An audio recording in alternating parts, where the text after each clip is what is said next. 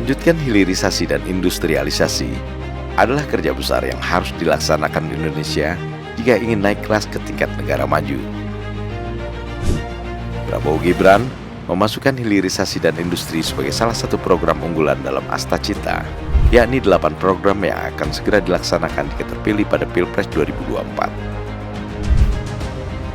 Hilirisasi adalah proses atau strategi suatu negara meningkatkan nilai tambah komoditas dari bahan mentah ke barang jadi, sehingga mempunyai nilai tambah berlipat.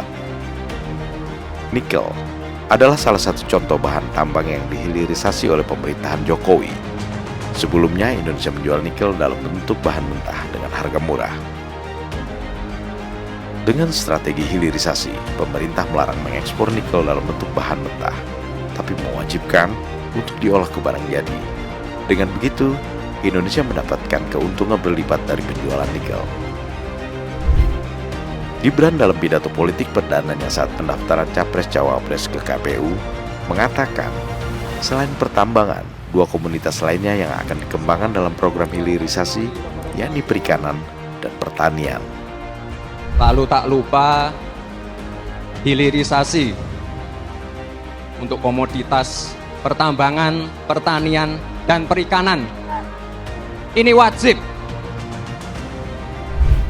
Hilirisasi perikanan akan sangat menguntungkan Indonesia karena sumber daya laut yang melimpah. Jika selama ini Indonesia hanya menjual hasil perikanan dalam bentuk bahan mentah, dengan hilirisasi, Indonesia harus mengolah bahan mentah itu untuk dijual dalam bentuk barang jadi dengan nilai tambah yang berlipat ganda. Ikan tuna dan rumput laut misalnya adalah 2 sumber daya laut berlimpah yang bernilai tinggi jika dijual dalam bentuk olahan yang sudah jadi. Sementara hilirisasi pertanian adalah mengolah hasil-hasil pertanian menjadi komoditas yang berdaya saing dan bernilai tinggi.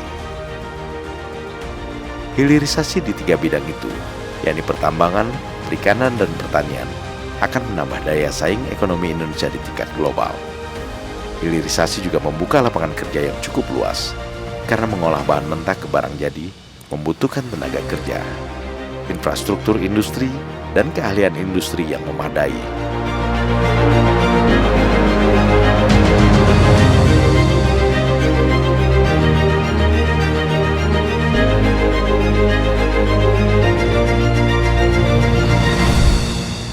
Prabowo Gibran, Man of Our Time.